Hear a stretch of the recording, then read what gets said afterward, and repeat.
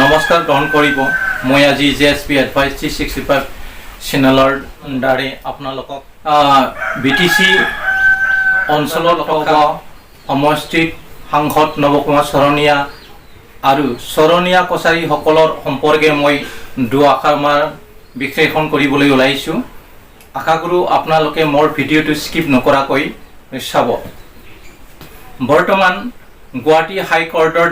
নিৰ্দেশ মৰ্মে জনজাতি সুৰক্ষা মঞ্চৰ সভাপতি মাননীয় দাউৰা দেশে আৰু জনকলাল বসুমতাৰীৰ এই দুজন ব্যক্তিৰে অৰহ চেষ্টা চলাই থকাৰ পিছত ৫ নং কোকৰাঝাৰ লোকসভা সমষ্টিত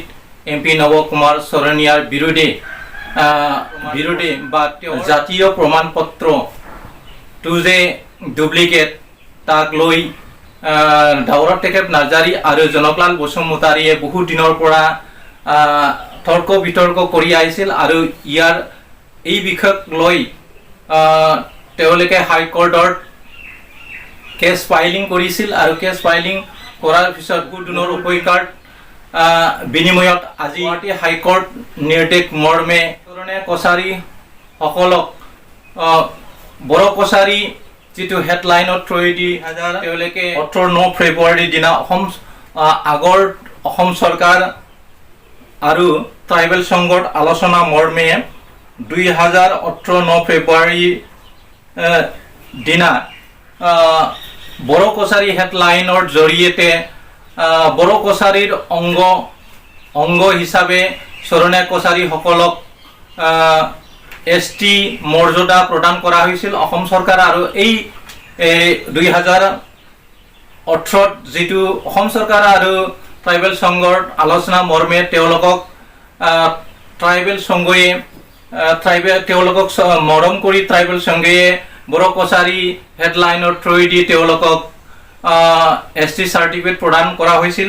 আৰু এই সিদ্ধান্ত ৰিজেক্ট কৰা হৈছে 2009 21 জুন তাৰিখে। এইটো সাংবিধানিক বিধি উলংঘা কৰি চৰণীয়া কছাৰীসকলক ST মৰ্যাদা দিয়া হৈছিল বুলি নিৰ্দেশ জাৰি কৰিছে আৰু ইয়াক ইলিগেল হিচাপে ঘোষণা কৰা হৈছিল 2018 5 জুনত। এতিয়া কথাটো big brother of the tribal of the north eastern region বুলি আমাক বড়ো কছাৰীকে বুজোৱা যায়। এই বড়ো কছাৰী সম্প্ৰদায়ৰ ব্যক্তিসকলে অসমৰ থকা বা উত্তৰ পূৰ্বাঞ্চলত থকা বহু ট্ৰাইবেল ভাই ভনীক বা ট্ৰাইবেল ষ্টেটাছক সদায় ৰক্ষা কৰাৰ কাৰণে ট্ৰাইবেলৰ কাৰণে মাত মাতি আহিছে। ইয়াৰ কাৰণে উত্তৰ পূৰ্বাঞ্চলৰ বড়ো কছাৰীক big brother of the tribal community of the north eastern region বুলি কোৱা হয়। এই ট্ৰাইবেলবিলাকক ৰক্ষা কৰাৰ নামত ট্ৰাইবেল সংঘ all Assam tribal student union United tribal organisation বহু লগ লাগি ট্ৰাইবেলবিলাকৰ এগেইনষ্টত যিবিলাক কাম কাজ অসমত বা উত্তৰ পূৰ্বাঞ্চলত চলি আছে ইয়াৰ বিষয়ে মাত মাতি আহিছে। কিন্তু 2003 চনত BTC চুক্তি হোৱাৰ পিছত বড়ো আৰু অবড়ো যিটো ৰাজনীতিৰ যিটো বাতাবৰণৰ ঢৌ বলিছিল এই ঢৌটো আনিছিল বৰ্তমান কোকৰাঝাৰ লোকসভা সমষ্টিত বা 5 নং কোকৰাঝাৰ লোকসভা সমষ্টিত বৰ্তমানৰ সাংসদ নৱকুমাৰ চৰণীয়া দেৱে একেতে বড়ো সম্প্ৰদায়ৰ জাতীয় প্ৰমাণ পত্ৰ ওলাই তেওঁ ট্ৰাইবেল হিচাপে তেওঁ কোকৰাঝাৰ প্ৰতিদ্বন্দ্বিতা কৰিছিল আৰু প্ৰতিদ্বন্দ্বিতা কৰাৰ পিছত তেওঁ আজি দুখালে তেওঁ সাংসদ হ'ব পাৰিছে। কিন্তু এই সময়ত বহু ঘাটৰ মাজেৰে বড়োবিলাক সমষ্টিক দখল কৰিব নোৱাৰিলে তাৰ বাবে বড়ো সম্প্ৰদায়ৰ মানুহবিলাক খুব দুখিত হৈছিল আৰু কেনে পৰ্যায়ত নৱকুমাৰ চৰণীয়াৰ যিটো ডুপ্লিকেট চাৰ্টিফিকেট লৈ তেওঁ চৰণীয়া সম্প্ৰদায়ৰ মানুহ নহয় তথাপি তেওঁ 2018 চনত 9 ফেব্ৰুৱাৰীত যিহেতুকে আগৰ অসম চৰকাৰ আৰু ট্ৰাইবেল সংঘৰ আলোচনা মৰ্মে চৰণীয়া কছাৰীবিলাকত বড়ো সম্প্ৰদায়ৰে মানুহ বুলি ট্ৰাইবেল সংঘৰ নিৰ্দেশত বা ট্ৰাইবেল সংঘৰ অনুমতি হিচাপে তেওঁলোকক বা চৰণীয়া কছাৰীবিলাকক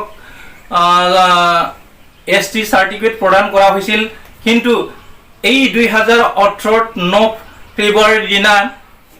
চৰণীয়া কছাৰীসকলক ট্ৰাইবেল সংঘই বা অসম চৰকাৰে যিটো ট্ৰাইবেল সংঘৰ যিটো অনুমতিৰ দৰে যিটো সিদ্ধান্তৰ মৰ্মে চৰণীয়া কছাৰীবিলাকত ST মৰ্যাদা দিব পৰা যায় আৰু দিয়া হওক বুলি তেওঁলোকে অসম চৰকাৰে এইটো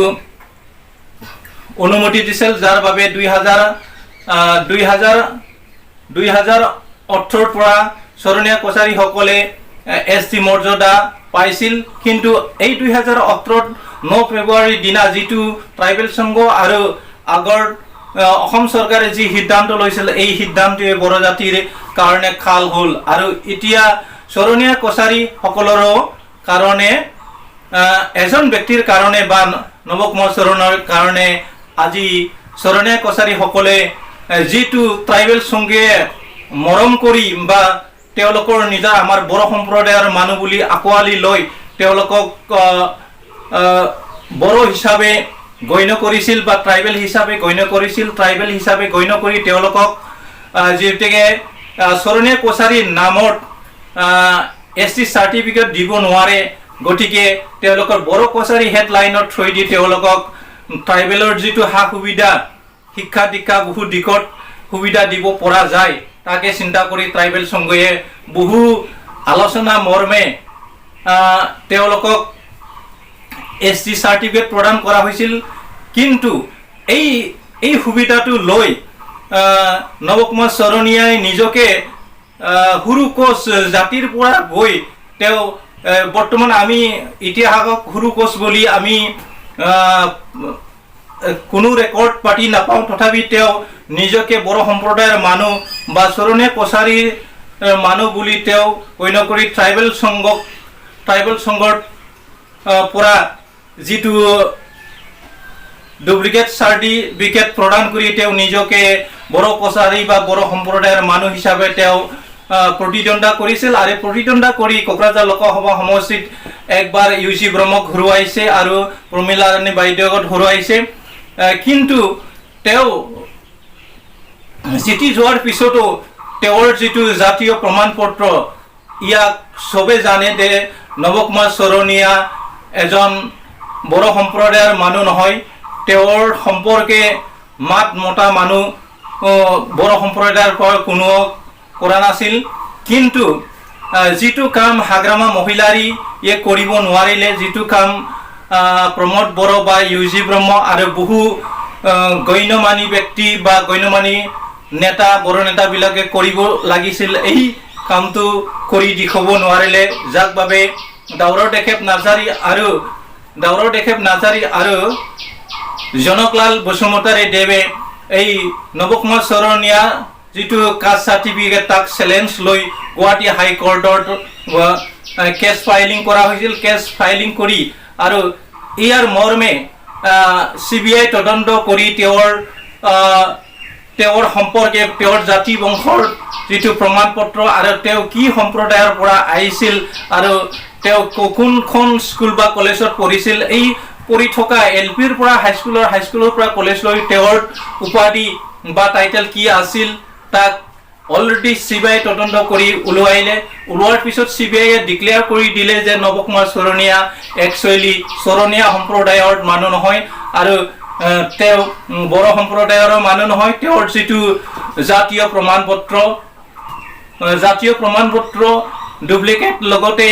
তেওঁৰ যিটো উপাধি টাইটেল এইটো ৰিয়েলিটি বা সত্য নহয়, তাক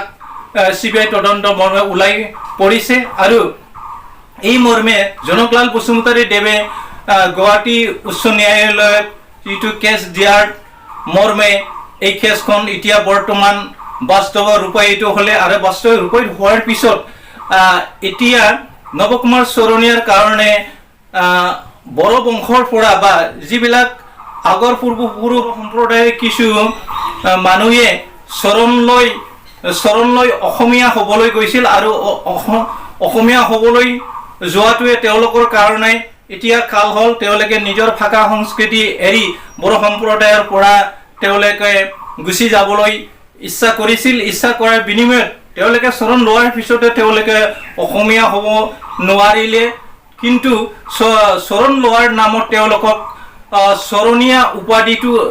শৰণীয়া শব্দটো এড লগাই শৰণীয়াৰ পিছত কছাৰী শব্দটো লগাই দি এই কছাৰী সম্প্ৰদায়ৰ মানুহবিলাক যিবিলাক শৰণ কৰিছিল তেওঁলোকৰ এটা জাতি হিচাপে চিনাক্ত কৰাৰ কাৰণে কছাৰী এটা জাতি তেওঁলোকে জন্ম কৰিলে যাৰ বাবে আগৰ দিনত প্ৰজন্মই যিটো ভুল কৰি গেল এই ভুল কৰি যোৱাৰ পিছতে তেওঁলোকে শৰণীয়া কছাৰীসকলে এটা সময়ত বড়ো সম্প্ৰদায়ৰ মানুহে আছিল কিন্তু তেওঁলোকৰ মা দেউতাৰ ভুলৰ তেওঁলোকে আজি শৰণ লৈ শৰণীয়া কছাৰী এটা জাতি হ'ব লগা হ'ল বৰ্তমান প্ৰজন্মৰ কোনো দোষ নাই তথাপিতো নতুন প্ৰজন্মে চিন্তা কৰাৰ দৰকাৰ যে তেওঁলোকে যিহেতুকে বড়ো সম্প্ৰদায়ৰ মানুহ আছিল তেওঁলোকে NRC লিখিছি ডাটাবিলাক আমি চাবলৈ গ'লে কিছুমানৰ কাকলাৰী কিছুমানৰ বসুমতাৰী কিছুমানৰ চুমৰামাৰী কিছুমান নাৰ্জাৰী ঠিক তেনেকুৱা লিখিছি ডাটাত আছে আৰু যিবিলাকৰ লিখিছি ডাটাৰ বড়ো সম্প্ৰদায়ৰ পৰা আহা নাই তেওঁলোকৰ ST মৰ্যাদা পোৱাটো ভৱিষ্যতৰ কাৰণে ভয় কৰিব লগা হেন কথা কিন্তু যিবিলাকৰ লিখিছি ডাটাৰ বড়ো সম্প্ৰদায়ৰ পৰা আহা বুলি প্ৰমাণ আছে তেওঁলোকে ST মৰ্যাদা পাব পাৰে আৰু যিবিলাক শৰণীয়া কছাৰী উপাধি লৈ বা শৰণীয়া কছাৰী নামেৰে ভাৰত চৰকাৰে ST মৰ্যাদা বৰ্তমান দিয়া হোৱা নাই কিন্তু ট্ৰাইবেল সংঘৰ সিদ্ধান্ত মৰ্মে আৰু চৰকাৰৰ লগত সমালোচনা কৰি শৰণীয়া কছাৰী বিলাকক ST মৰ্যাদা প্ৰদান কৰা হৈছিল কিন্তু নৱকুমাৰ শৰণীয়াৰ কাৰণে তেওঁৰ ভুলৰ কাৰণে আজি বৃহৎ এটা জাতি শৰণীয়া কছাৰী বিলাকৰ যিটো ট্ৰাইবেল সংঘ আৰু আগৰ অসম চৰকাৰৰ থ্ৰুৱে আলোচনা কৰি যিটো সিদ্ধান্ত লৈছিল এই সিদ্ধান্ত আজি গুৱাহাটী উচ্চ ন্যায়ালয়ে প্ৰত্যাখ্যান কৰিব লগা হৈছে কিয়নো এই সিদ্ধান্তটোৱে এটা সময়ত ভাৰতৰ সংবিধান অনুসৰি এইটো গ্ৰহণ কৰা হৈছিল কিয়নো ট্ৰাইবেল সংঘ আৰু আগৰ অসম চৰকাৰে আলোচনা মৰ্মীয়ে শৰণীয়া কছাৰী বিলাকৰ ST মৰ্যাদা প্ৰদান কৰা হৈছিল আৰু যাক লৈ তেওঁলোকে শিক্ষা দীক্ষা আৰু চাকৰি বাকৰি ক্ষেত্ৰত তেওঁলোকে ST হিচাপে ৰিজাৰ্ভেশ্যন চিট তেওঁলোকে পাইছিল বৰ্তমান তেওঁলোকে চৰকাৰৰ সা সুবিধা বা ST মৰ্যাদাটো হেৰুৱাব লগা হ'ল এই হেৰুৱাব লগা হোৱাৰ মেইন কাৰণটো হ'ল 5 নং কোকৰাঝাৰ লোকসভা সমষ্টিৰ সাংসদ নৱকুমাৰ শৰণীয়া তেওঁলোকে এটা সময়ত শৰণীয়া কছাৰী বিলাকে নৱকুমাৰ শৰণীয়া হৈ মাত মাতিছিল আৰু বড়ো বিৰোধী ঢৌ আনিছিল আৰু অবড়ো ৰাজনীতি লগতো তেওঁলোকে জড়িত হৈ নৱকুমাৰ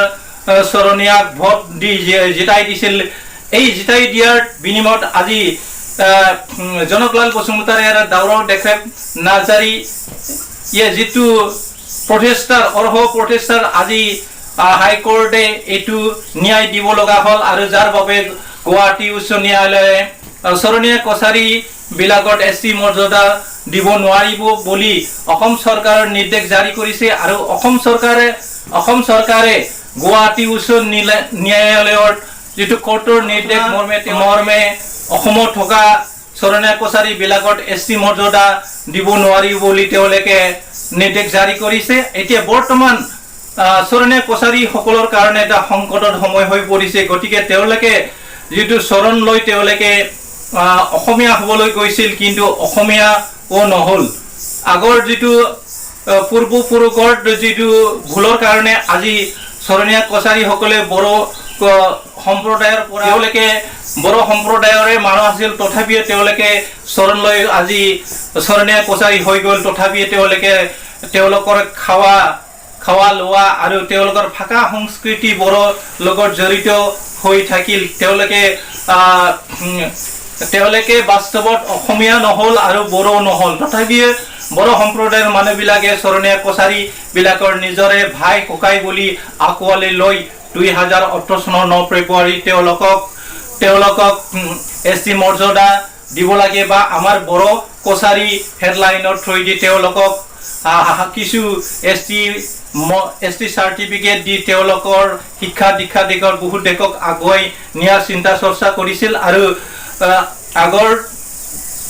আগৰ যিটো BTC মাননীয় হাগ্ৰামা মহিলাৰে দিৱস চৰণীয়া কছাৰীবিলাকৰ ভাষা সংস্কৃতি আৰু বড়ো ভাষা শিকোৱাৰ ক্ষেত্ৰত বহুতো বাজেটত ৰাখি তেওঁলোকক বড়ো ভাষা শিকোৱাৰ যিটো সিদ্ধান্ত লৈছিল, এইটো আমাৰ কাৰণে শুভ লক্ষণ বুলি আমি মানিব লাগিব। গতিকে এতিয়া কথাটো হ'ল এই যিটো নৱকুমাৰ চৰণীয়াৰ কাৰণে তেওঁলোকে দেহে ইলেকশ্যন, এই নৱকুমাৰ চৰণীয়ে আজি চৰণীয়া কছাৰীবিলাকক আজি আঘাত হানি তেওঁ ৰজা হোৱাৰ সপোন দেখিছিল, কিন্তু এই নৱকুমাৰ চৰণীয়ায়ে আজি চৰণীয়া কছাৰীৰ কাৰণে এটা কাল হ'ল, জমদূত হ'ল, যাৰ বাবে চৰণীয়া কছাৰীসকলে আজি ST মৰ্যাদা হেৰিব লগা হ'ল। ইয়ে আমাৰ কাৰণে বহুত দুখৰ কথা। কিন্তু আমি অসমৰে বড়ো সম্প্ৰদায়ৰ মানুহ হিচাপে চৰণীয়া কছাৰীক আমি কেনে পৰ্যায়ত সিদ্ধান্ত লৈ কেনে পৰ্যায়ত তেওঁলোকক বড়ো জাতিৰ ভাষা সংস্কৃতিক জীয়াই ৰখাৰ তেওঁলোকে কেনেকৈ সহায় সুবিধা আগবাঢ়িব লাগে, আৰু তেওঁলোকে বৰ্তমান ST চাৰ্টিফিকেট যদি ল'ব লাগে তেতিয়াহ'লে তেওঁলোকে বড়ো সম্প্ৰদায়ত থকা NRC যিটো লিখিছে ডাটাবিলাকৰ বসুমতাৰী নাৰ্জাৰী যদি নাই, তেতিয়াহ'লে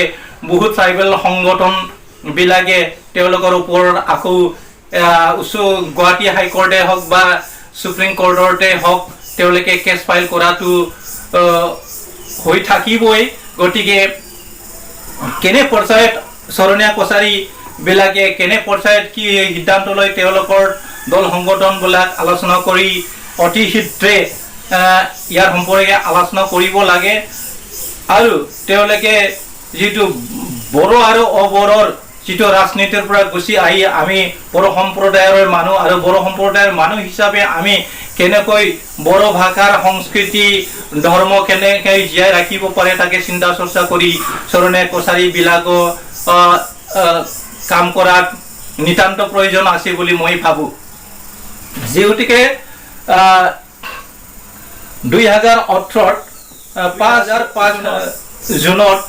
এই বড়ো অল আসাম ট্ৰাইবেল সংঘ আৰু অসম চৰকাৰ আলোচনা কৰি যিটো ট্ৰাইবেল মৰ্যাদা চৰণীয়া কছাৰীসকলে এইটো ইলিগেল বা অসাংবিধানিক বুলি নিৰ্দেশ জাৰি কৰা হৈছিল আৰু তাক ৰিজেক্ট কৰা হৈছিল 2009 21 জুন তাৰিখে। ইয়াৰ লগে লগে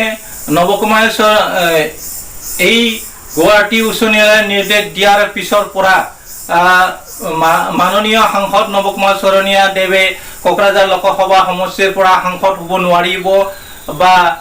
সাংসদ হৈ তেওঁ কোকৰাঝাৰ লোকসভা যিটো আহি থকা যিটো আগন্তুক নিৰ্বাচনৰ বা 2024ত কোকৰাঝাৰ লোকসভা এই নিৰ্বাচনত তেওঁ ST